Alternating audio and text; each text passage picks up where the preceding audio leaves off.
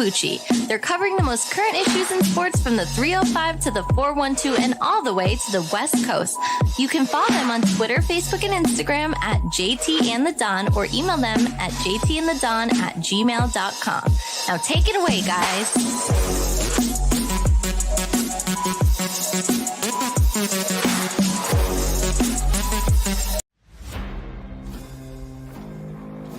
Give them a shot to do what?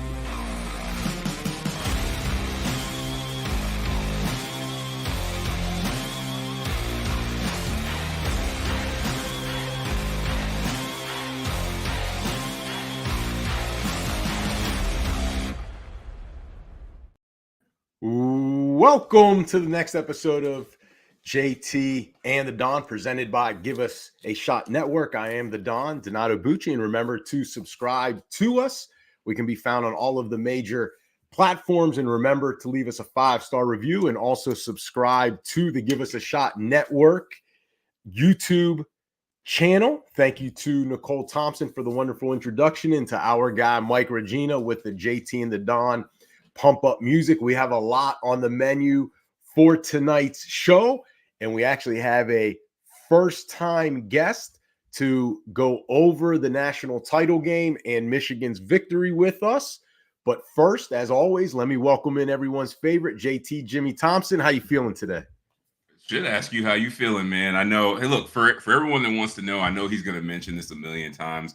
That's right. Don, we appreciate you. You're sick. You're welcome. You know, you toughed it out to do this live show.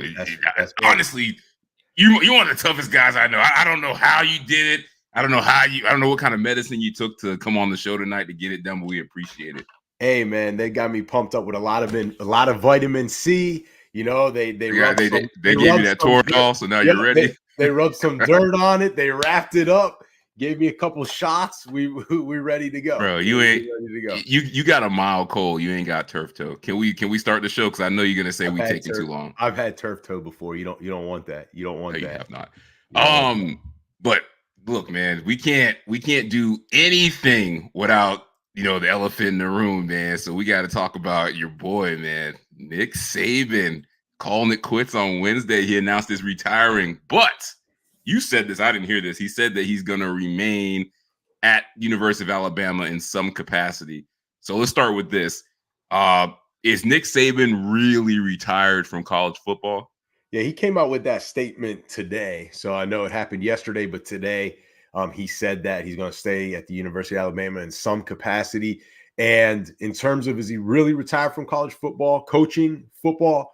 Yeah. I mean, he said it himself, I think, in that same interview, that age is catching up with him, not from necessarily like the health standpoint. You know, he's pretty healthy, but he said he can't do the things the way he wants to do them in the way he has always done them. So you could take that one of two ways or both ways. One, his age is limiting him in some of the things he can do.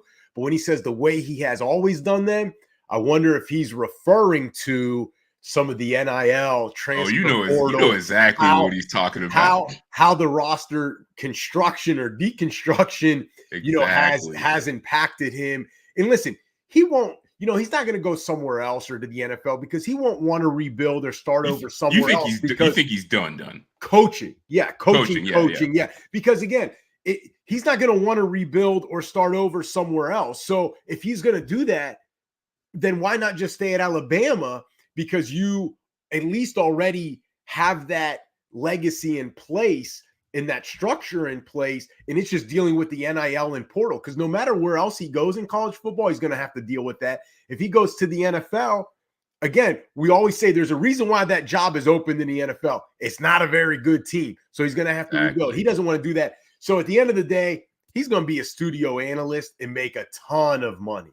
Or I saw this on Twitter today, or him and Bill Belichick could do the best thing ever. And somebody said those two should get together and do like a I don't know what they call, what's that show when they like bar rescue, where they go rescue bad bars, where like those two should go around to like bad programs or bad organizations and like show up and do a reality show on what they need to fix. Those are the last two guys that would ever do that. I want Bill Belichick and Nick Saban to go to like the Panthers and be like, look, this is what you guys need to fix. But you're right. I think he's done. And let's be real. He's 75. They just made the playoffs. The game is changing around him with NIL and the transfer portal. He's already voiced his displeasure with that. And he learned from the best. He saw what happened to Bill Belichick over the past couple years. When you're already at the mountaintop and there's more damage to be done with staying and actually coaching, like, you got to call it quits. Like, what is Nick Saban going to do to enhance his legacy by coaching another 5 years? It's going to be the same thing. So him kind of stepping away while on top is the best thing that he can do. Spend time with his family, enjoy his retirement. And I guess the capacity that he's going to be hanging around Alabama is going to be collecting all that money they still owe him. So we're both convinced he's done. Now, here's the big question. I know everyone's talking about this. Obviously, I think he's the best in college football history. But where do you rank Saban amongst the all-time coaches in any sport? Yeah, that's a tough question to say any sport, because each sport is different, even though I think coaching football is maybe the most difficult because you got to take in injuries. It is more of a team game, so coaching plays a little bit bigger of a part. So if we're talking where he ranks all time, I'll give you my top 4 list, kind of the Mount Rushmore of coaches. I've got him number 2. So I've got John Wooden at 4, Scotty Bowman, the hockey coach, at 3, Nick Saban at 2, and then Belichick at 1. I think when you look at the difficulty of coaching football, again, the injuries, how grueling of a season it is, how it really takes a team and getting a team to bond, that, Belichick in 20 years, really, but 24 years, winning 6 Super Bowls. I don't think any coach comes close to that again. So when you look at Nick Saban, he's got the record, 7 national championships. Maybe doesn't have all the victories, but part of it is, he didn't start till later because he was an assistant coach in the NFL. Yeah, let's not act like he was around for like 40 years, right, 30 years. Like, right. He really came in and did this pretty fast. Right, exactly. And I think what he has built and sustained for so long with all of the changes, and I think the reason why I put him above Bear Bryant didn't have to deal with the portal, NIL, guys leaving early for the NFL. Bear Bryant barely had to deal with black players. I love the legend of Bear Bryant. How everyone tries to hype that up, but let's be real. Like, he's not in any of these discussions. Well, that may not be fair to him, because if you go look at his statistics, JT, 6 national titles, I think 323 wins. Like, his resume is pretty impressive. But again, I got Belichick 1, Saban 2, Scotty Bowman 3, John Wooden 4, because any 4 of those guys you could almost take and put anywhere else in any other sport, and you'd be worried that, man, they might outcoach me, and they've never coached a game in their life of, if you take John Wooden and put him in hockey, put him in baseball, because he has that pyramid of success, right? He came up with that. It's just, they go, those 4, maybe Scotty Bowman not as much, but the other 3 for sure, Wooden, Saban, and Belichick, they go beyond sports. Like, Belichick and Saban are brought in by big companies to, like, motivate their employees. Like, that tells you something. Yeah. This was tough list, man, because so here's the thing. I've had Saban at number 5, and I guess he's like an alternate to my Mount Rushmore. So I had Wooden, of course, on there. What is this, the Pro Bowl? What is this, the Pro Bowl? You got alternates? Wooden. I had Phil Jackson. Phil Jackson is the real alternate. In case a coach gets injured or sick, you got an alternate coming in. And to be honest with you, I couldn't decide between Pat Summitt and Gino from UConn. So how do you say his last name? I hate saying it. Ariema. I hate Ariema. saying it. There you go. You got it. But I really couldn't decide between those two. Like, I to be honest with you, I would put them ahead of Saban just because of what they've done. I think Pat Summitt, people forget, man. She coached women's basketball, and I think she kind of just gets forgotten. Like, her resume speaks for itself. 8 championships at Tennessee, over 1,000 wins to 208 losses over 38 years. That's like 5 losses a year for 40 years. Like, you want to talk about, they needed to call in her prime when she was alive. They need to call Pat Summitt in to motivate people. Like, 5 losses a year. And then we know the run with Gino, 11 championships. And I think they had like 110 game win streak at one point at UConn. Like, those things are impressive, and I don't want those two to be forgotten. So that's why I had Saban at like 5, 6, because I think those people that I named that are ahead of him in my book, they're just what they have done, I think will never be repeated. So read your 5 again. Wooden, Belichick, Phil Jackson, and then Summit and Gino. All right. Yeah, I mean, listen, it's hard, man. There's a lot of great coaches. It's hard to argue any of those. Yeah, think about it. Like, Don Shula has the most wins in NFL history. He's not even in the top 8 for me. Like, I think this is the difference with Saban. He from now on will be the standard for college football coach. Kirby Smart at the end of the day, Dabo, they're going to get compared to him. So that's why I think. And again, I think you and I agree on this. Having to deal with the NIL and the portal, but what Saban has been able to do, whether he's used it or not, how he's still been able to be relevant, not only relevant, get to a college football playoff, beat Georgia, like that's pretty dang impressive. And he's 72. Like, I will say before we move on to this last question, the best thing or the most impressive thing that I've seen Nick Saban do in his time in Alabama was he somehow learned how to fix himself to have better relationships with his players and his coaches. Because that was the reason he was out at Miami. Like, couldn't really relate to the players. Yeah. It just wasn't a fit. And then he gets to Alabama. All of a sudden, people just fly from all over the world to have him yell at them for 4 years. So, I mean, I think I was reading a stat. They were like, he is the only coach in college football history that if a player played 4 years for him, they won at least one championship. So that's damn near impressive. That's so impressive. I mean, this was the first 3 year span, right? That he didn't win a title at Bama or something like that. Yeah. Now, elephant in the room. You got a lot of elephants in the room tonight. You already said that. You already said that once. Who should be the next coach? Man, I think this is quick, man. You got one answer. Who is it? Listen, Dan Lanning already said he took his name out.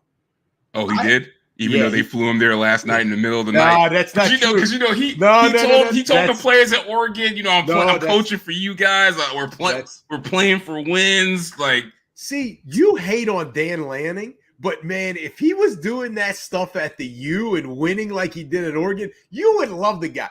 He was sitting watching. Look, we're not going on tired about Dan Lanning. Right, Who is the coach? Who's the coach? Don't rip on him. Don't rip on him. Who's the coach? I think. Man, this I got 2 names. I got to pick one. Spit them out. Let's go. I'm going to go unconventional here. And I think Coach Connor and I discussed this a little bit last night. Okay, cool. So you got an expert's opinion. I'm going to come with your own. I'm going to go with Brian Daboll. Ooh. I think he's a Saban guy and a Belichick guy. And he has roots with Alabama, right? He was like the OC or quarterbacks coach there for a time. And that's really where they started to become more of an offensive juggernaut. All right, so Daboll, I like that. He'll improve the quarterback play, that's for sure. Who's number 2? Exactly. The other guy I would say is Mike Norvell. Like they can outbid his buyout is super cheap too. And they'll outbid Florida State even if they try to give him a better contract. This is the thing, I think, if you're Alabama and their AD, that even though he's not a Bama guy, this is what you want from him. He rebuilt Florida State faster than people thought he could. And how did he do it, JT? The portal. In the NIL.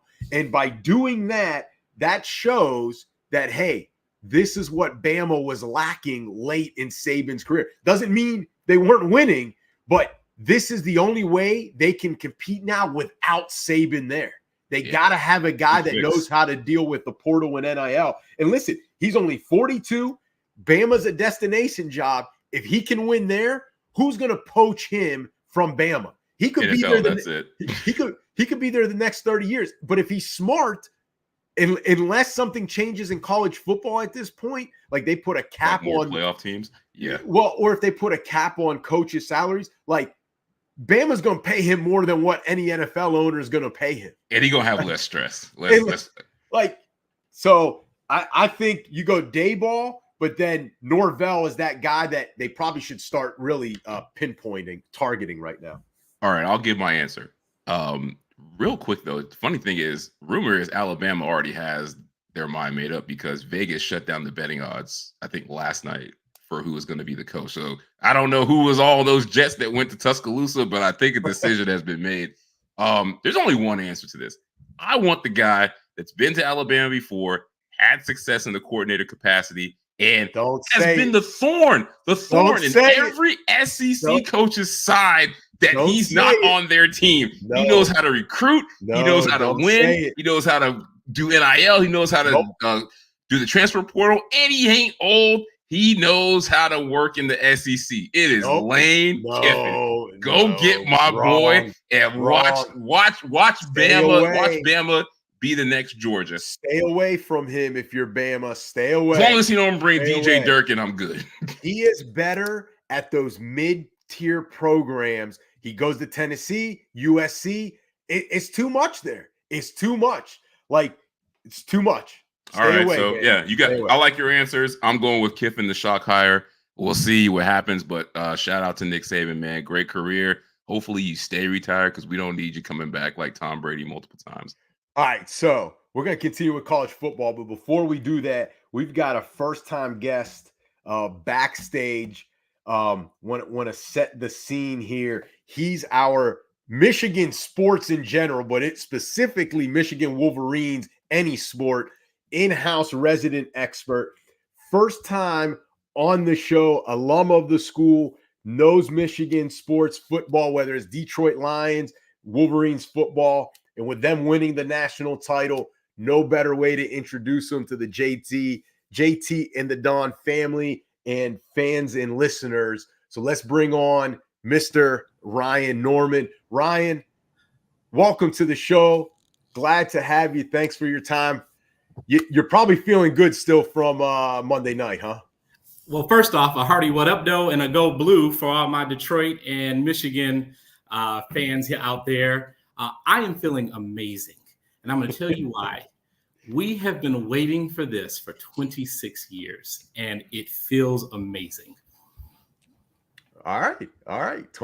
26 years. So I'm glad you said that, because with that 34-13 win over the Huskies, that's their first title. I had it 27 years, I guess 26. Not, the expert knows his stuff. So 26 years. So that's basically a wrap on college football season without some of these senior bowls, though, to take place. So, Ryan, why we brought you in, we're going to do a quick review of the title game, what we saw, and maybe what lies ahead for your Michigan Wolverines. So we're going to start with what we call the check down game. So for everyone back at home, we're going to ask a question.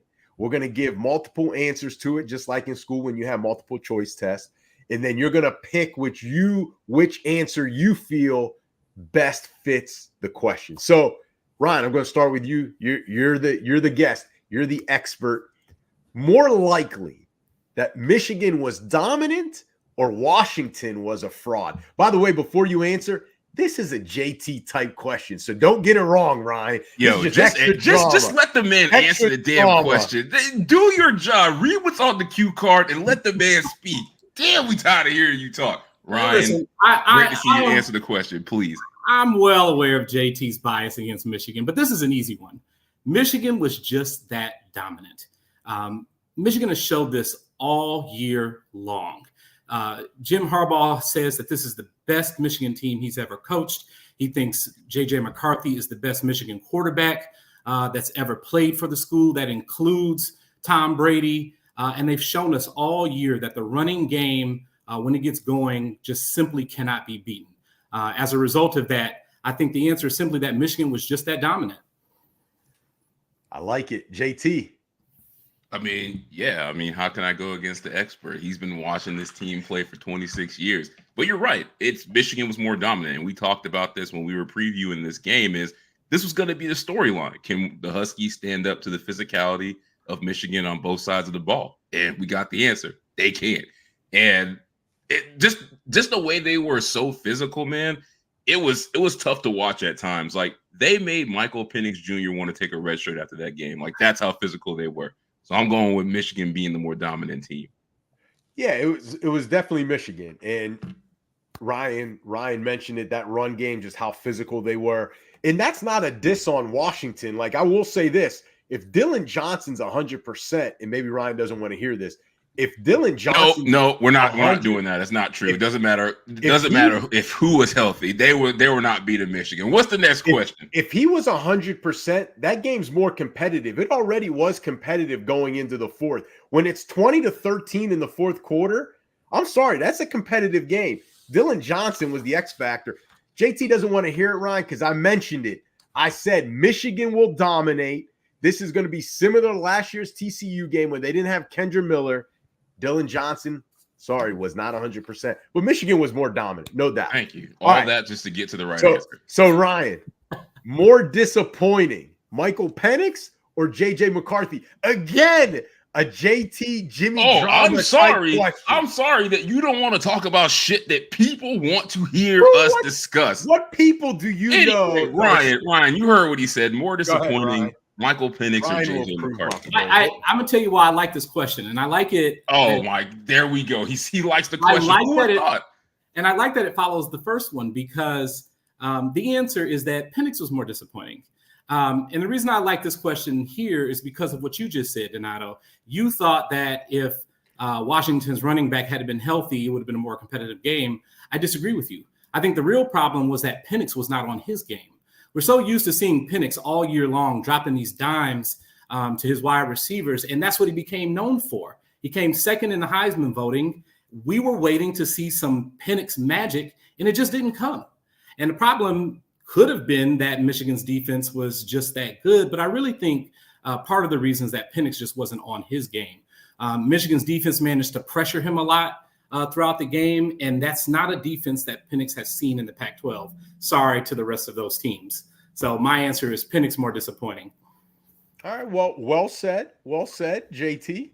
I could tell by his little smart-ass remark he don't agree with you, but Ryan, I'm gonna tell you you're right.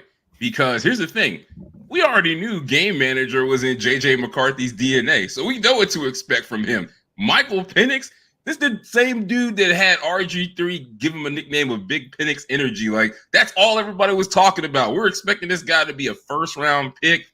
Me and Don discussed that he should have been a Heisman Trophy candidate or winner. So, yeah, he could be a franchise quarterback, so more expectations were on him. Like, he was supposed to put this team on his back, and we thought he was going to be the Vince Young to USC's Reggie Bush in that game, and he was not. So, it's got to be Michael Penix, no doubt about it. And if you say any other answer than Michael Penix, you want to talk about being biased, that is you. Listen, it's a Jimmy drama type question. So the answer is neither. How is either one of these guys disappointing? JJ McCarthy wins the title, and Penix had no run game. Yes, it's very easy. You know what? Can I answer? I promise. You better get you a Dylan jersey. Can I answer? It's very easy for a front four when they know that the guy they're playing running back for the other team that they're playing against has no explosion, has no cutback ability because of his foot/ankle, whatever it was. They can literally pin their ears back. They don't need to worry about gap control. And that's what happened. Michigan wasn't blitzing as much as they did against Alabama, versus Washington, because they knew they could get there with their front four. Did you answer the question? What is it happened? Penix or is it McCarthy? It's neither. I'm explaining why. You're wrong. That's it. That is it. So the offensive line, which won the award for best offensive line, all of a sudden decides not to show up for the biggest game of the year. How's that on Michael Penix? He still threw for 255 yards and a touchdown. Yes, you're Ryan. You're correct. He didn't make all of the throws. But you know what? In the Super Bowl against the Giants, neither did Tom Brady. But you know who got credit? The Giants' defensive line. Can we not give credit? Wow. Can we not give credit, Ryan, to a great Michigan defense? Yes, they moved Penix off his spot, but that doesn't mean Penix was disappointing in this game. But Don, let me ask you this. If I had told you before that game that Penix was only going to have one touchdown the entire game, you wouldn't have told me that number one wasn't going to happen, and number two, that it wouldn't have been a disappointing performance by the end of the game. I picked the score to be 31-16. I knew Washington's offense was in trouble without Dylan Johnson. You can't be one-dimensional against the Michigan defense. You just can't. I don't care if Vince Young was on this team. He's not doing much. Vince Young would have won that game. He's not doing much else different. Milroe would have won couldn't that do it. game. Milroe couldn't do it. All those weapons You in need to go Alabama. look at that Texas roster. Vince Young would have won that game. But that Next Michigan question. defense is much better than that USC defense was. Next question. You wrong about this. Sorry. So, all right, let's look at some of the NFL talent that was in the game. A lot of it on that Michigan defense that USC didn't have against Texas. So, Ryan, to start with you, the player that improved his draft stock the most in this game. Donovan Edwards. I'm going to tell you why. Oh, that yes. His nickname is not the Don. Hey, Ryan, what's his nickname, Ryan, what's his nickname? What is it? That was a very Corso-esque response from you, Donato. Let me tell you why. Donovan Edwards has basically been nowhere the whole season. Everyone has been expecting him to be the playmaker that he's been in prior seasons, and it's basically been, where is Donovan Edwards? So what happens during this game, right? Michigan has 2 busted plays that both result the following play with Donovan Edwards running over 40 yards for a touchdown. He was absolutely the Showtime player that we know that he could be. And I think that folks were starting to wonder, how high would he be drafted? How well could he be in the NFL? At least for Michigan, he's always had this role of just kind of playmaker, right? He was never going to be the premier back with Corum there, but he was always somebody that if you just got the ball to his hands, we knew that he could make some plays, he could make something happen. And he showed that last night, and I think that's the reason why his draft stock increased exponentially. So Ryan, what's his nickname? Do you know his nickname? I'm going to guess the Don. It's the Don. They said it during the game. Did no one else hear that besides the Don? Nobody heard that shit but you, and that's why you're the only one saying it. It's the Don. Go ahead, JT. You can't follow that. I got time for this. We should go on to the next question. I'm going to give my answer. I'm going to give my answer really fast, easy, and forget about the players. Chip Harbaugh. This man won a national championship in the face of the NCAA messing around with him all season. He did it his way. That's the person who had their stock, NFL stock, rise the most. I mean, his stock was already high. That game didn't matter. That game didn't matter. I actually had Donovan the Don Edwards. If I have to throw one other guy in there, I don't think he's draft eligible till 2025. But I've got Mason Graham. Was it me or did he seem to be making tackles all over the place? So I think going into next year, why I say it helps his stock is because I think going into next year, he'll be on Kuiper's big board pretty high, I would imagine. All right, Ryan, so let's look at the opposite. Player that hurt his draft stock the most in this game. I'm going to punt a little bit on this one, but what I will say is this. It goes back to what we talked about earlier. I think people were expecting to see more from Penix. I think that was a very disappointing performance. I'm not going to say that all of a sudden his draft stock is plummeted, but I do think that was disappointing for people who were looking to see something special from him. JT. Oh, hey, me and Ryan don't have the same rules. I'm gonna shit on him some more, and I feel bad because I actually like Michael Penix, but it's got to be him, bro. Because for all the things you guys said, he missed throws.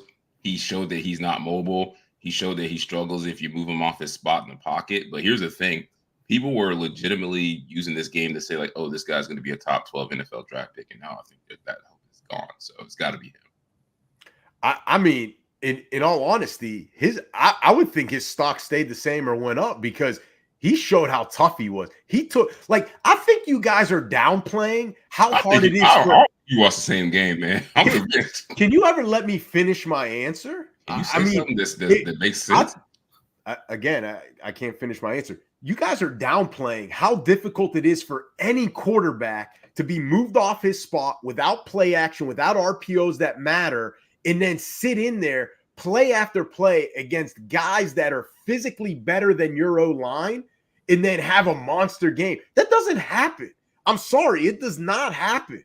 Like, you're acting as if Penix all of a sudden now isn't worthy of anything. Like, he still had a decent game. Yes, he missed some shots, but that's because of the pressure. I think. So what is your answer? Whose draft stock dropped the most? You just doing all this defending. You wasting time. What's the damn answer? Because Who is it? Wrong.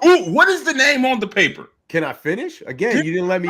Let me build up to it. I'm going to go to the Washington defensive side of the ball. It's Braylon Trice. He was all over the place in the Texas game, all up in the face of Quinn Ewers in the semifinal game. Where was he when Washington's defense needed him the most? 2 tackles, one assisted tackle, no sacks. I mean, he wasn't even the best Washington defender on the field. It may have been number 7, I think, Hampton. Like, again, Braylon Trice, I think that was his opportunity to really rise in the NFL draft. All right, last one, Ryan, and then we'll let you go. We know you're a busy guy. Is Jim Harbaugh staying at Michigan, or is he out the door to the NFL? He's gone. And I'll tell you that most Michigan fans are going to be okay with it. Had he left, well, we know that Jim Harbaugh loves to flirt with the NFL, right? He's done it the past few seasons. And had he done it 2 years ago when we lost in the semifinal to Georgia, we would have been disappointed. Had he done it last year when we lost a very disappointing game to TCU, it would have been completely unacceptable. The fact that he came back a third time, that he won the national title, you know, most Michigan fans are feeling like, all right, mission accomplished. You've done a good job.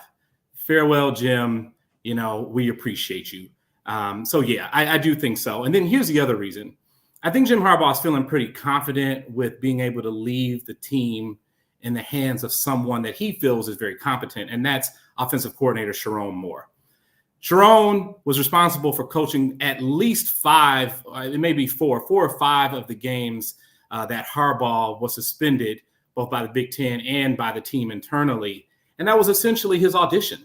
It was Sharon Moore's way of showing that he could handle this team when Harbaugh eventually left to go back to the NFL. I think Harbaugh feels confident with Sharon taking over.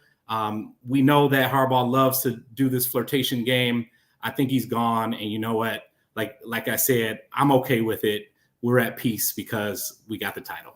Well, Coach Moore also beat Ohio State. So when you talk about leaving it in good hands, it's a guy who has already beaten Ohio State.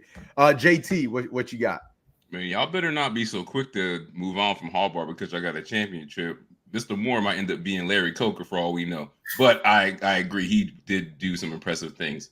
But I disagree with you, man. I'm going to say the same thing me and Don been saying forever. Jim Harbaugh ain't going nowhere. And why would he? Saban just quit. Ohio State sucks. And they just won a national championship. Like, this is his time to shine. He's about to be the marquee coach in college football. Why would he leave? And they're going to pay him whatever he wants. Because he's got unfinished business. All that flirting is just trying to get more in this divorce settlement. That's all he's trying to do, man. Like, JT, he's got unfinished business, and that's the problem. The Harbaughs are very competitive people. Yeah, and he want to win. And Clemson sucks. All the competition is out of the way. He'd be crazy to leave. He ain't going nowhere. Don, I know you agree with me. No, well, I do, but go ahead, Ryan. Well, I just want to say, obviously, his brother got the best of him in the Super Bowl. If you don't think that that's still a piece of something in Jim Harbaugh's teeth, you don't know Jim Harbaugh. He wants to go back and finish what he started. The same way that he just finished the business at Michigan, I guarantee you the temptation is simply too great to go back and prove himself at the NFL level. So a couple things with that, Ryan, because I agree with JT. It's one of the few things we've been agreeing on. It seems like that means your answer should be short as hell. Jim Harbaugh. But I want to address what Ryan said. So we know he's competitive, but the thing is, he's not guaranteed to face his brother in the Super Bowl each year. And if he's going to lose to someone in the Super Bowl, that's kind of the perfect guy to lose to is your brother, because someone still wins in the family. And to me, if you're that competitive, listen, I've got all the things JT said. Saban is gone, so now you become the new Saban. You've beaten Ohio State 3 years in a row, so you are now the big brother on them. You are building, if not, you already have a better legacy than Bo Schembechler. Michigan loves you. As you can see, Ryan, representative of the Michigan community, loves Harbaugh. It's his alma mater. Like, what other passion? When you talk about being competitive, what other passion? How could he be more passionate about a job than the one he's in right now? This is a dream scenario for him. You're going to a 12-team playoff, which now means you have more leeway. You have more margin of error to still win a title. You make more in college than in the NFL because, let's face it, Michigan boosters like you, or I should say, sorry, Michigan alum like you can pony up the money. And listen, while the portal and NIL have made college football the Wild West, and I think this is the biggest reason, he still can control the roster, and he answers to Jim Harbaugh. In the NFL, he doesn't control the roster. And you go back, I don't care what people say, him and Trent Baalke did not get along. That was the demise of Harbaugh and the demise of the 49ers until Kyle Shanahan came around. So when he doesn't agree with someone at Michigan, it's his own staffers, and they can work on it, but he has the final say. When he needs to worry about roster management, it's up to him. There's no one bigger at Michigan than him, not even the AD, not even Juwan Howard. And in those situations, you don't leave. Exactly. So that's what I'll leave you with. We'll give you final words before you go. We know you're a busy guy. We just thank you for your time. But if you want any final words, please have at it. Listen, I appreciate being on the show. I'm going to put the hat on. Sorry, JT. There's going to be one more guy with a hat on for the moment. But listen, Michigan fans are elated. I am absolutely thrilled. Happy to come on anytime you need me. And again, go Blue. Ryan, I thought you'd have the Victor song just playing on man, the show. Man said he gotta go, man. He said he gotta go. I thought we'd get copyright infringement cease and desist orders from University of Michigan, but they know we got you on, so we all right, even if you were playing it. But no, for real, thank you for the time. Great job. I mean, that insight was great, and of course, we'll have you back on. We'll have you back on. We'll figure out a way. Excellent. All right, man. Have a good night. Thanks again. All right, JT. It's just us two. That's us, man. So let's knock the rest of this show out. This is gonna be fast. All right. So we already talked about Saban. Let's talk about the other GOAT, Bill Belichick. So look, Saban retired. So we also received the news that Bill Belichick is parting ways with the New England Patriots. Sounds like he got fired to me. They parted ways after spending 24 years together. That's crazy. That's like 2 Donato lifetimes. Now, the first thing we want to know, who should be the next coach of the New England Patriots? All right, man. I was torn between 2 names. So but I'm gonna give you the one that should be the answer for every team. All right. Go ahead. He's the next great head coach in line of the Mike Shanahan tree from the Washington organization. It's Bobby Slowick, 36 years old. He's the OC of the Houston Texans. And JT, what do Kyle Shanahan, Sean McVay, Matt LaFleur, Mike McDaniel, Jed Fish all have in common? Coached under Mike Shanahan in Washington. The dude's only 36. Listen, DeMeco Ryans has done a great job. We were big advocates of him getting a job last year, but let's face it, like, he's the defensive guy. Slowick's the offensive guy. And what's everyone talking about in Houston? CJ Stroud. And a big reason is not just the team's been successful, which is kudos to DeMeco Ryans, but that CJ Stroud looks like that dude in the Carolina Panthers messed up. And a lot of it's because of Bobby Slowick.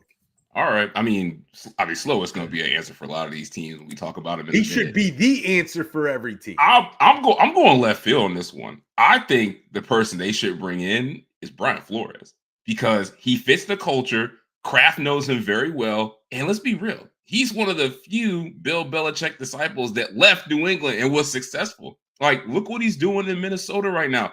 That defense has been resurrected. What he did in Miami with what the talent he had on that roster, amazing. And everybody thinks he should have been fired. Like, bring that guy back and put a staff around him that knows offense. And I'm assuming he's learned his lesson with how to deal with people on his staff. I think that's the move they should make. So you got Slowick, I got Brian Flores. So JT, 2 things with that though.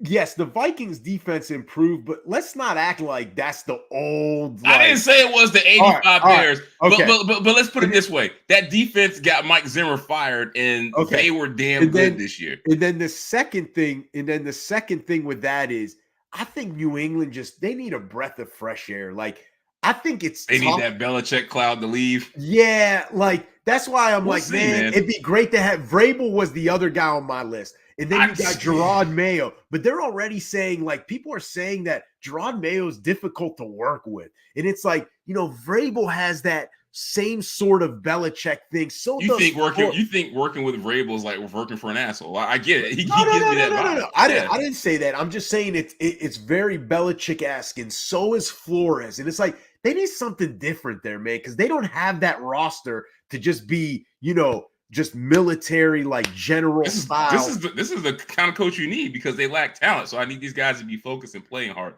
But you want offense, I want familiarity. Real quick, did Bill Belichick damage his legacy once Tom Brady left the organization?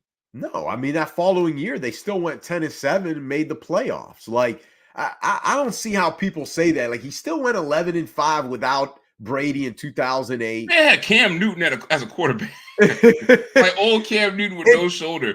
Let me ask you this. I think you can hopefully you appreciate this analogy. Like, does LeBron James win in Cleveland if he didn't go to Miami and win those 2 titles with the Heat? That's not the analogy what I would have used, but I see where you're going. What's the answer there? I don't believe LeBron wins going back to Cleveland. I think Miami started his championship run. My whole point is, without Belichick, all that Brady. Stuff that Brady did in winning in Tampa, because Belichick carried Brady for like 3 of them Super Bowls. Belichick and his defense. Can we just say they were both great for each other? Agreed. They both needed each other at that time. Like, agreed. I'm not even gonna argue with you on that one. I agree. Saying he damaged his reputation is just ridiculous. Yeah. All right, so your favorite segment all year. This guy. I'm not gonna lie. Normally I disagree with you, but I love Black Monday. I don't know why. I just like seeing a bunch of people who should have been fired a year before get fired. That is just odd. I don't like to see people lose their jobs, but like some of these dudes really deserve it. Like I love Ron Rivera, but he's rich. He should have been out of there last year. But yeah, I'm starting to like Black Monday more and more. It concerns me that we're best friends, and this is your favorite segment. It's like you take joy in it. I don't know how you can take joy in it. Well, hey, don't keep me waiting. Let's go through this. Let's get it on. Let's go. All right. So we all know at this point, I don't know. There's like 7 teams, I think, that need coaches or coaches that were interim coaches that now that position's opened up. So, and we've already talked about one of them, New England. So let's start with this. More deserving of being relieved of their duties, Arthur Smith or Ron Rivera? Now, this is tough, man, because I didn't realize. I think Ron Rivera only had like 3 winning seasons his whole entire coaching career, like 2. But I'll give you one number: $77 million. That's the combined contracts of Bijan, Kyle Pitts, and Drake London. The way Arthur Smith mismanaged those players is a fireable offense. I'm sorry, it has to be him as more deserving. Yeah, I agree. And listen, that Atlanta team went to the Super Bowl only like 3 or 4 years before he took over. So it wasn't like the roster didn't have talent. But I think what was his nail in the coffin was the misuse of Bijan and Pitts. And then on top of that, one more thing, I don't think he developed Ritter in these 2 years. He didn't develop anybody. You're an offensive guy. Like, come on, man. All right. Next kind of check down thing, a mistake or right move. Pete Carroll let go by the Seahawks as head coach. Right move. I think it was time for them to part ways just because he's older. He's kind of that Belichick thing we were talking about. Like sometimes you just need a breath of fresh air. It's not an indicative or negative on Pete Carroll. Like he's done a lot with less with that franchise. But I just think it was the right move, time to move on. I think they need to move in more of like an offensive mindset because that team is built that way. They have all these weapons on offense. And I think they need a young offensive mind to come in there to unlock the potential.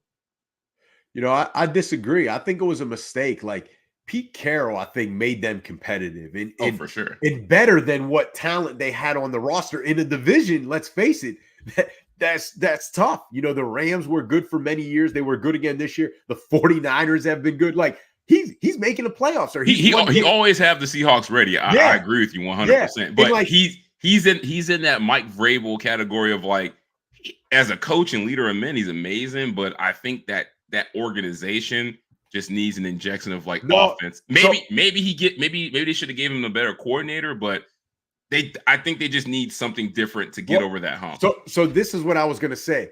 He still has that energy, so it has nothing to do with for sure. Like you forget he's 75. Yeah, it has nothing to do with his age. He turned Geno around. Now, of course, there's the offensive coordinator and quarterbacks coach, but he did help Geno get turned around. And this is the thing.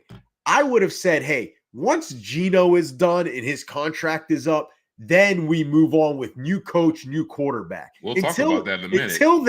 Until then, let's keep these guys together. Like, what is the point, JT, of bringing in fresh blood when you've got an older quarterback in there? That, let's face it, Geno is good, but he's not that older quarterback that you say, hey, Jimmy Johnson. He ain't getting you over the hump. Yeah, Jimmy Johnson inherited Dan Marino. There was no doubt Marino was the guy. Like, we're not moving him. Like, the new coach that comes in might be like, what am I doing here with Geno? I would have said maybe that's why they're getting rid of him, because they are planning on moving on from Geno. Then that's different. All right, next one. Mike Vrabel fired by the Titans. Mistake or right move? I hate this because I'm gonna get so much shit for it. I think it's the right move, man. Like, they need an offensive coach on that team. And Vrabel was good. Like, don't get me wrong. Like, they were the number 1 seed just like 3 years ago. He owes some of it to Lamar Jackson getting hurt, but they still were the number 1 seed. But I just think it's just time for them to go in a new direction. Like, I don't think he was getting along with the people upstairs. Like, he always had them prepared, but it just feels like he's in that Mike Tomlin range of like, he has us prepared, but is he going to take us to the next level? And the Titans ain't the Steelers. So I think it was the right move to maybe – it depends on who they hire, but I think it was the right move to admit like, hey, we're maxed out at what we can do with Vrabel. Let's see if we can do something better. Yeah, man, it's a mistake. He's only 48. Like, he's the only successful head coach from the Bill Belichick tree. Like, that tells you something, JT. And you said it. And I'll add to some other stats. 4 years ago, they were in the AFC title game against Kansas City. They were division Mariota game. They were division winners in 20 and 21. 2 years ago, they were a Ryan Tannehill pick on the last drive from beating the Bengals. And maybe we look at Joe Burrow differently because he loses that Tennessee game and doesn't get to the Super Bowl, doesn't beat Kansas City. Joe Burrow made it out of that game. And like, he hasn't had a quarterback, meaning Vrabel, in the past 2 years. Is that his fault? I don't know. I don't think Derrick Henry it was wrong of them to fire him. Like, I don't think he's a bad coach by any means. I think he's a great coach. I know that. I think Tennessee just needs something different. That's just me. But I don't like that answer all the time. Well, I don't care what you like. That's the answer I gave. There needs to be a reason. I'm not saying just you. I feel like the organization. Well, if you want a reason, I feel like maybe it's not on him, but I feel like under his watch, everything has been about Derrick Henry, and that's just not the way the game is anymore. And I'm not so sure that he can do it without Derrick Henry, because you see how they look this year, or as Derrick Henry has declined, like he hasn't had a counterpart. But JT, that's what I worry about. But JT, the thing is, look at Detroit with Dan Campbell. They bring in a Ben Johnson and things. Well, maybe change. they should have done that. Okay, and I'll give you that. But bring back Arthur Smith, because they worked magic together. Then there you go. I get it. We've seen what he can do without a good OC, and I just think it's just time to move on. That's all I'm saying. I think people get caught up in what they see with McVay and all these other teams winning. Yes. And they forget that, hey, it's not so bad going 10-7, because eventually, that stability pays off if you give him the right roster. Fair enough. All right. Matt Eberflus not fired by the Bears. You couldn't wait for this one. Mistake. What more do we need to see from this guy? Like, he is holding this team back. Like, his staff was almost as bad as Matt Nagy. Like, I'm not even debating about this. So I think it's the right move. And this is a couple things. Again, you've got to have patience. He won 3 games. He's coached 2 seasons. He's coached 2 seasons. I was going to say something really bad. 3 wins last year, 7 this year. That's a 4-win increase. Like, that's what I don't like. You could say all you want about, they didn't win or they mismanaged this. JT, you know how hard it is with that roster to improve 4 games? Like, there's no more Aaron Rodgers in that division. It's not a dominant division. Like, how long can Detroit keep this up? The Bears can win. And this coach, he's not so bad as people think. Like, they had, what do we always say about the head coach? Yes, I know. They were good on defense. I get it. They were good on defense. Number one rush defense. They were the number 2 rush offense. Let me tell you something.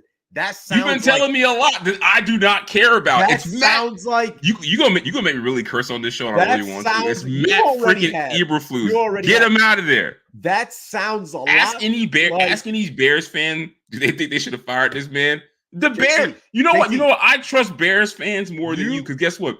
You're a Steelers fan. You've been spoiled. Bears fans know they know shitty coaches when they see them. Bears fans know shitty coaches when they see them, and consensus for what I hear on the street is Matt Eberflus is shitty. So we know what we're doing as Steeler fans. You going to trust fans, or you going to let the organization run? I'm going to trust the pulse of the city. Next question. I'll tell you what, they did the right move.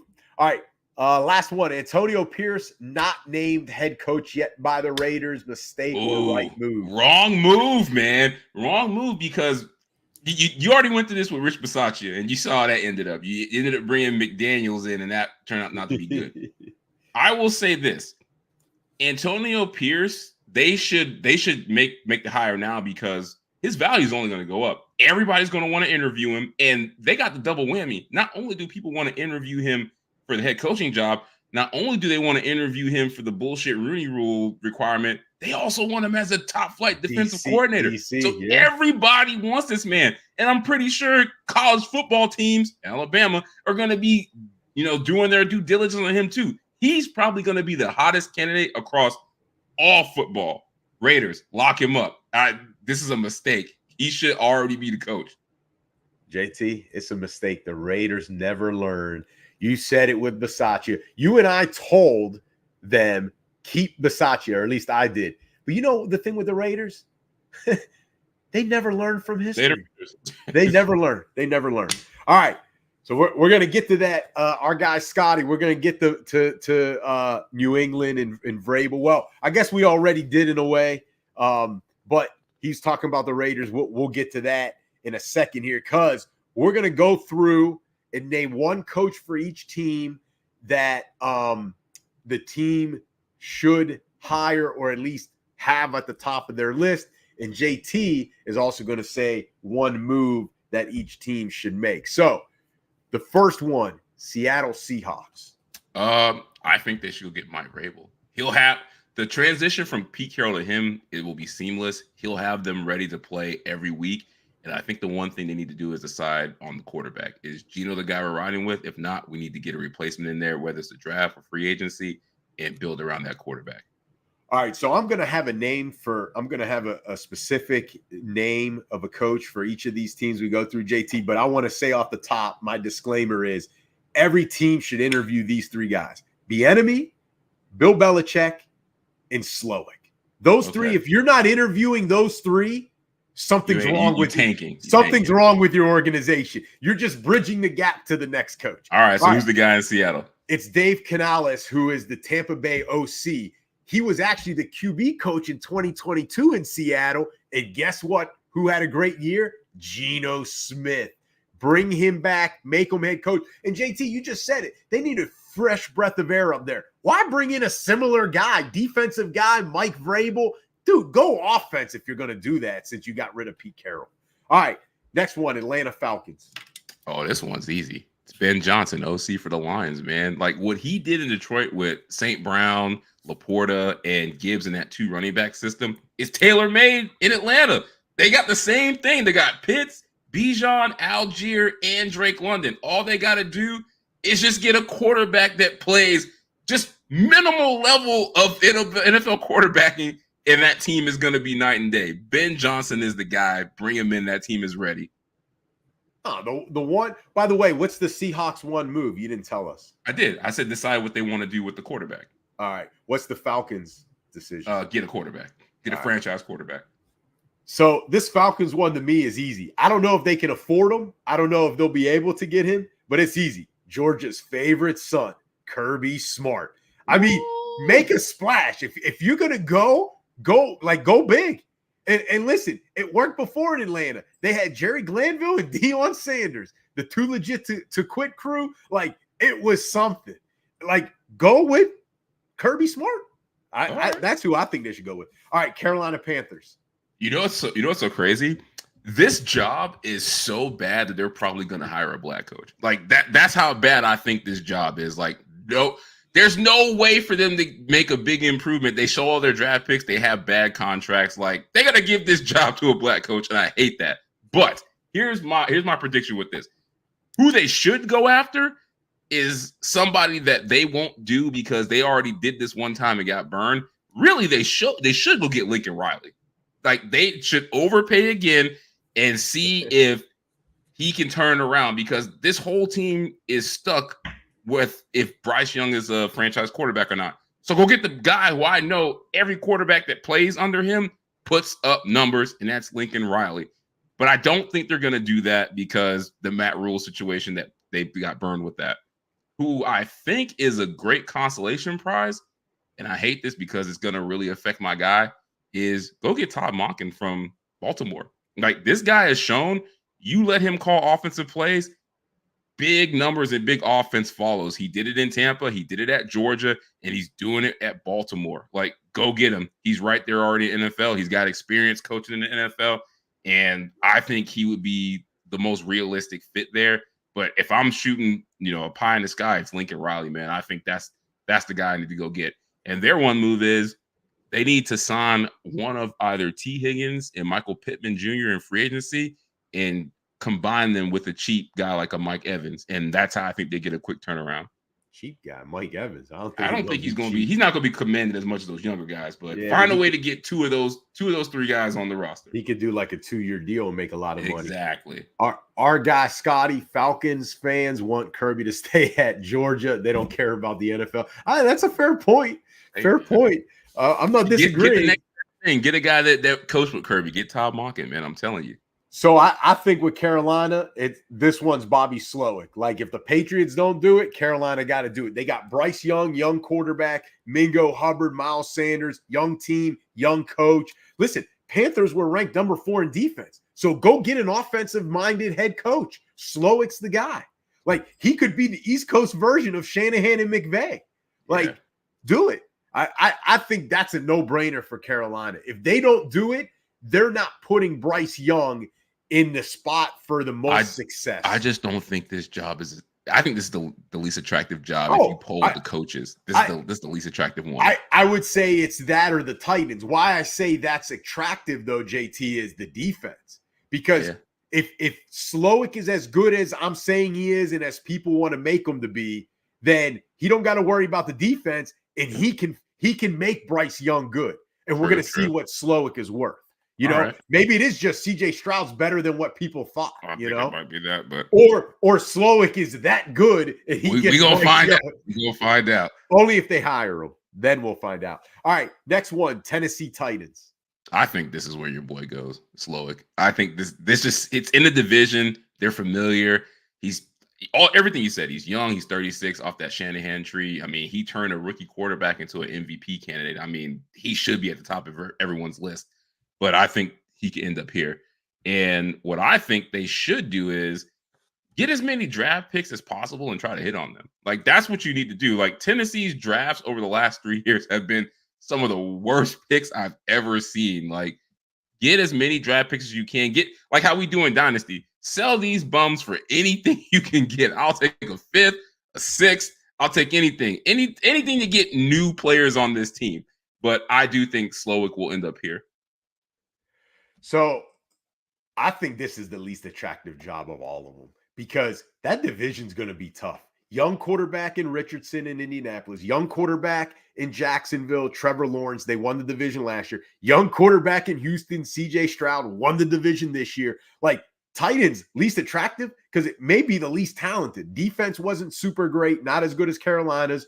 Offense, who's going to be the quarterback? Who's going to be the running back? What skill receivers, like what skill positions do they have? Treylon Burks season, baby. I think this is where you got to go, Ben Johnson. He was able to. See, why the black coach got to get the worst job? See, you're proving my point. This is exactly what I say every year.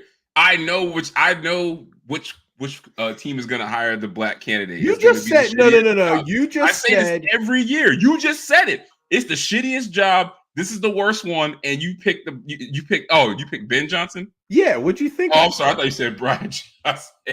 No, The no, OC for Philly. My bad. no. Ben Johnson. That's why My I was bad. like, Disregard I was that. like, what are you talking about?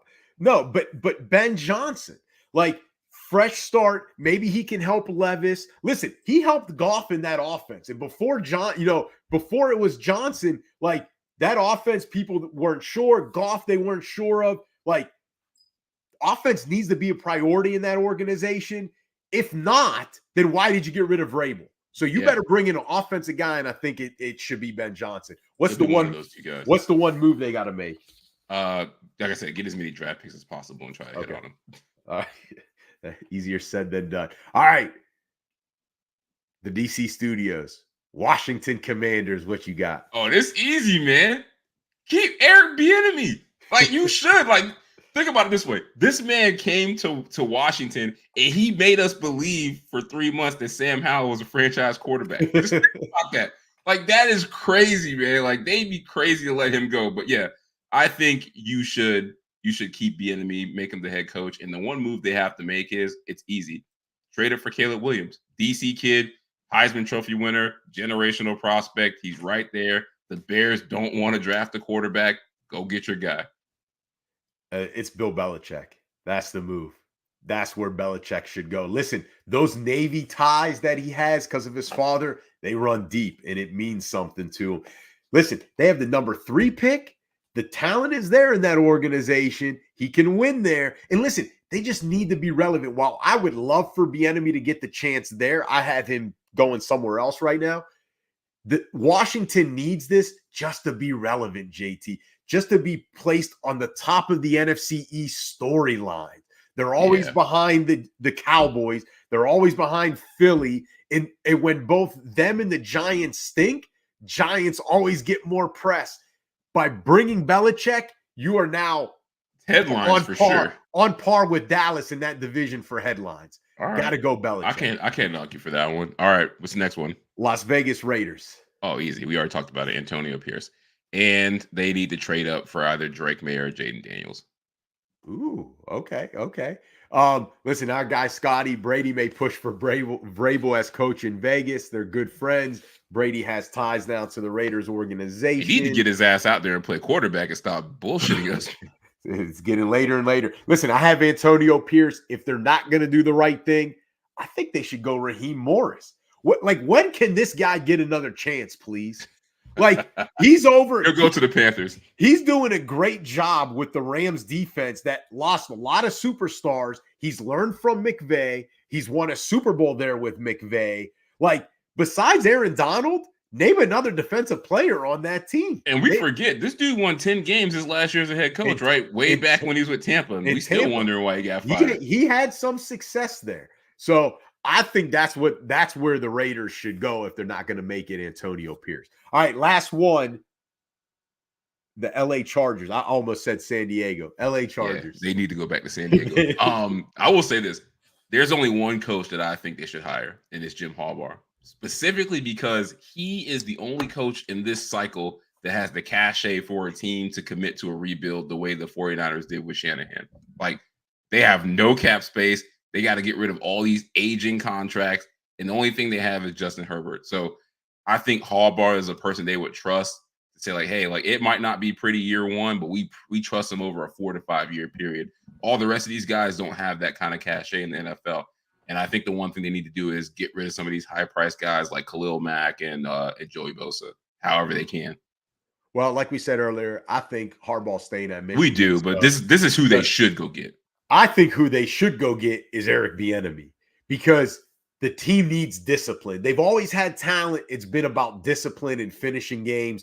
Listen, that's so funny. We picked 2 guys that would bring discipline to that franchise. He has the young quarterback, right?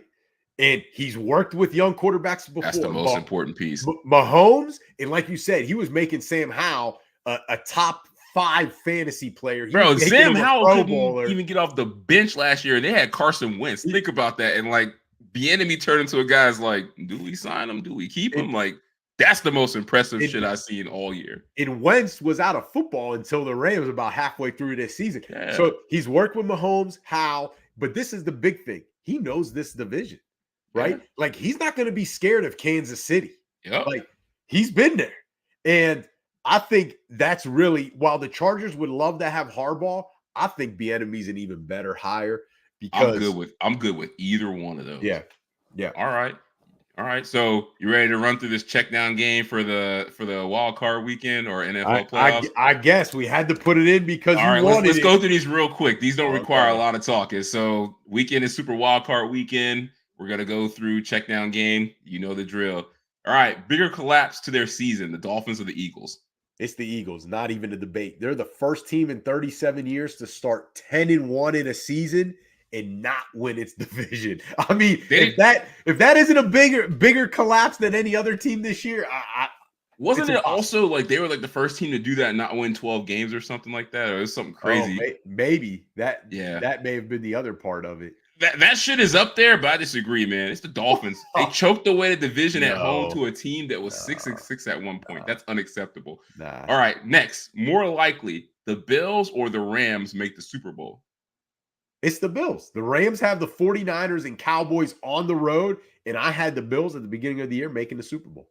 I think that's possible, but I disagree. I think it's the Rams. They're hot right now at the right time, and here's the thing. Yeah, the 49ers are in their way, but McVay usually has Shanahan's number. Trust me, he do not want to see the Rams. McVay's my guy. All I'm saying is he doesn't quite have that firepower to go on the road. I feel like the 49ers are usually more talented in those matchups they have, but McVay usually always finds a way. But 2 years ago, they were at home, and let's face it, that star-studded defense. The Rams had Odell Beckham. Come on, man. They were loaded. More likely to turn it around. Mahomes or Hurts? Dude, well, one, I don't really think Mahomes needs to turn it around, but I ain't betting against Mahomes. I told you, he's the best player in football. He's the one guy I would build around. It's Mahomes. It's Mahomes. I disagree with you, man. I think it's Jalen Hurts because he has better weapons, better offensive line. Finger? And here's the thing. He might not even have A.J. Brown play. The Eagles defense hasn't played anywhere up to their talent level. So and they're not. The Eagles could get better. We've seen Mahomes' ceiling for this season so far. So I think most likely to turn around will be Jalen Hurts. It doesn't all of a sudden just happen in Philly. It needs to. I got faith. More likely to stay hot, Mason Rudolph or Joe Flacco? Well, it's Joe Flacco for a couple reasons. It's indoors, so it's gonna bode well for his age. And listen, I always say this, JT. The Texans are a young team, so what needs to happen? They got to go through the fire. They got to go. They got to take their lumps. They got to build. They got to build. Marino says, "Shut that shit up. I'll see you in the Super Bowl." I got you though. All right, I agree with you. I think it's Flacco just because he's been here before and he's won a Super Bowl. Like he said, Rudolph has done none of that shit.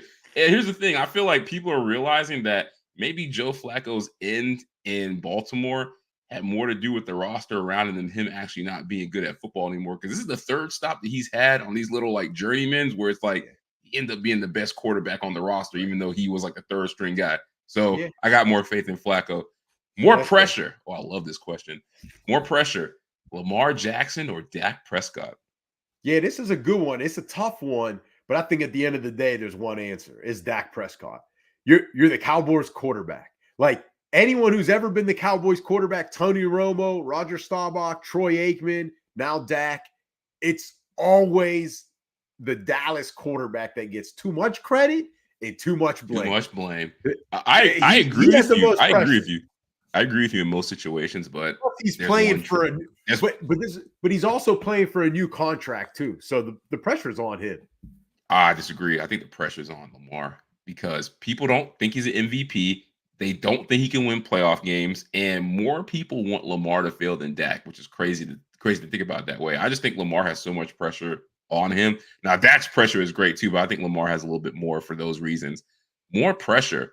But let me ask you this. I got to ask you this real quick because this is the way I always look at it. In 20 or 30 years, when younger generations look back at these Lamar Jackson, no, they're going to look at Lamar. Dang, he won MVPs. Look at all these highlight reels. Oh, man.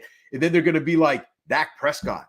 Oh, he didn't win anything as Cowboys quarterback. He's the Tony Romo. Like, that's just the way they get looked at. Like, look at that. Lamar will always Prescott have like the Fran MVP. Tarkenton.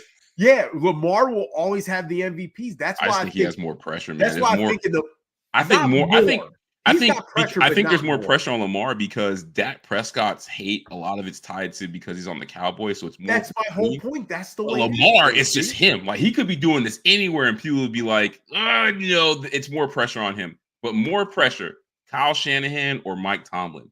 Oh, this is easy. It's Kyle Shanahan. You got the number 1 seed. You've lost in the Super Bowl as OC and the head coach. You got no Super Bowl. You got no Super Bowl victories. In the Super Bowl. Let's Tomlin, put an exclamation on that shit.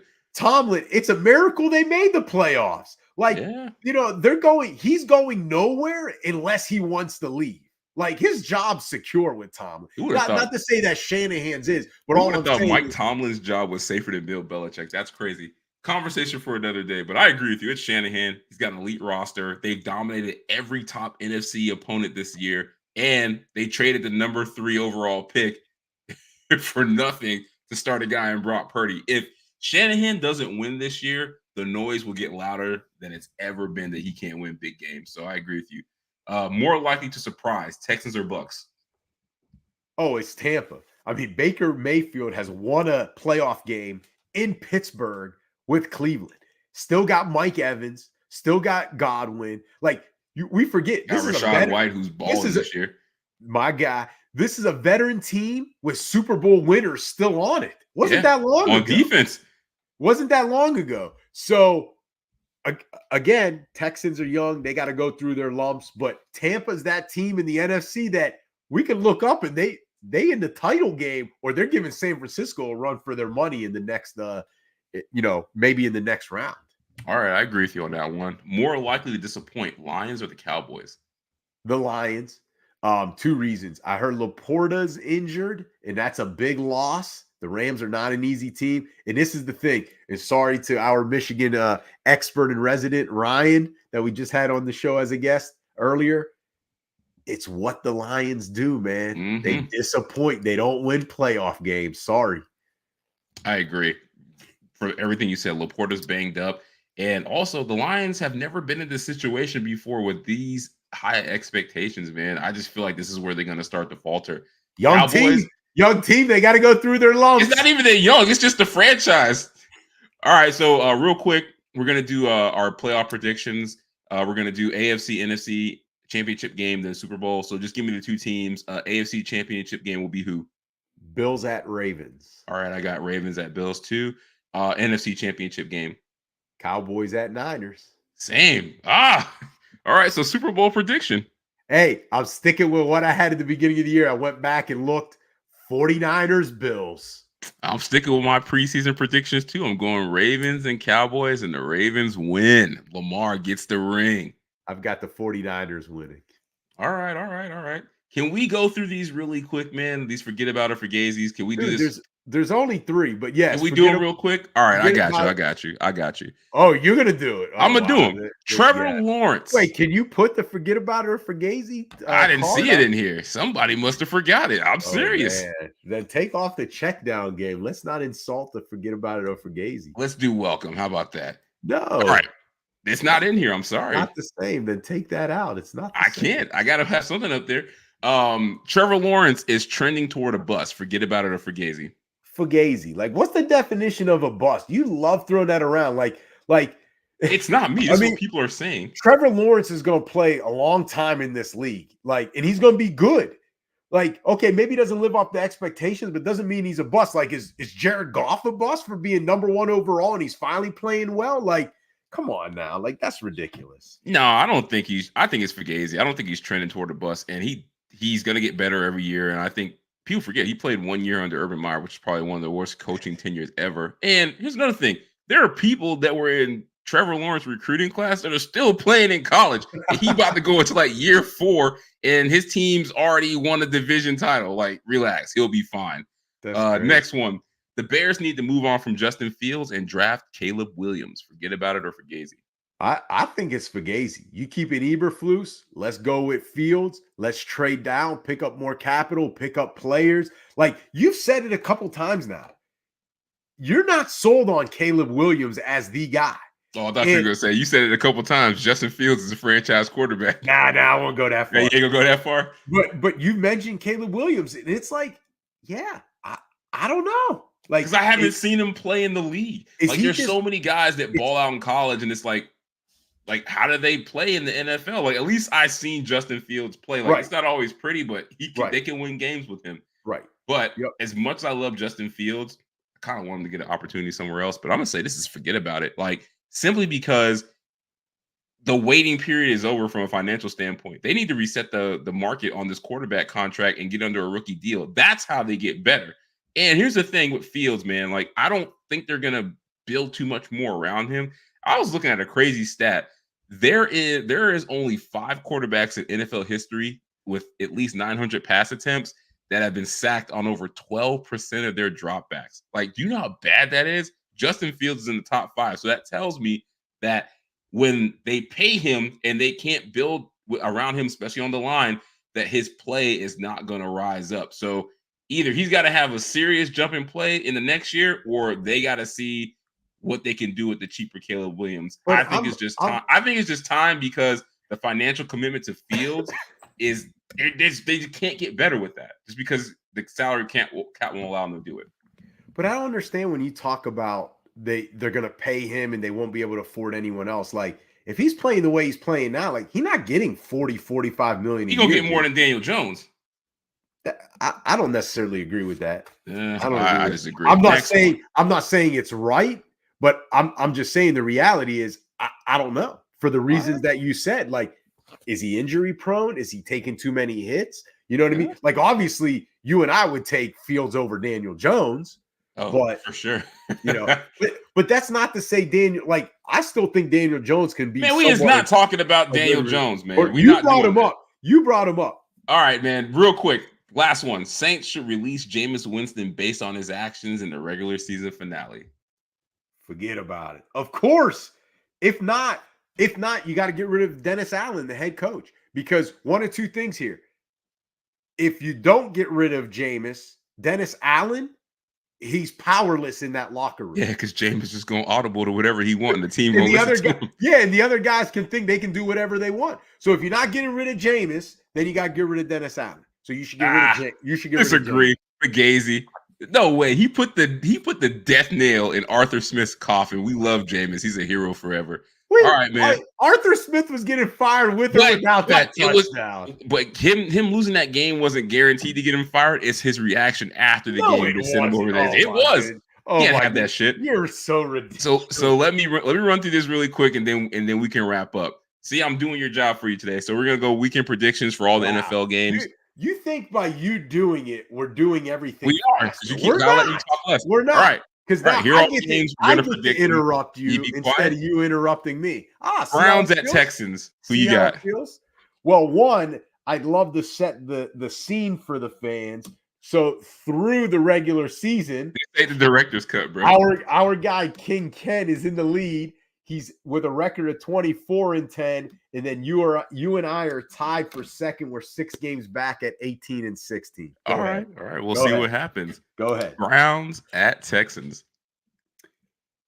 So King Ken has the Texans. I'm going with with Cleveland. I got the Browns too. We're gonna catch his ass this week. All right, Dolphins at the Chiefs. Both King Ken and myself. Sorry, JT, we got the Chiefs.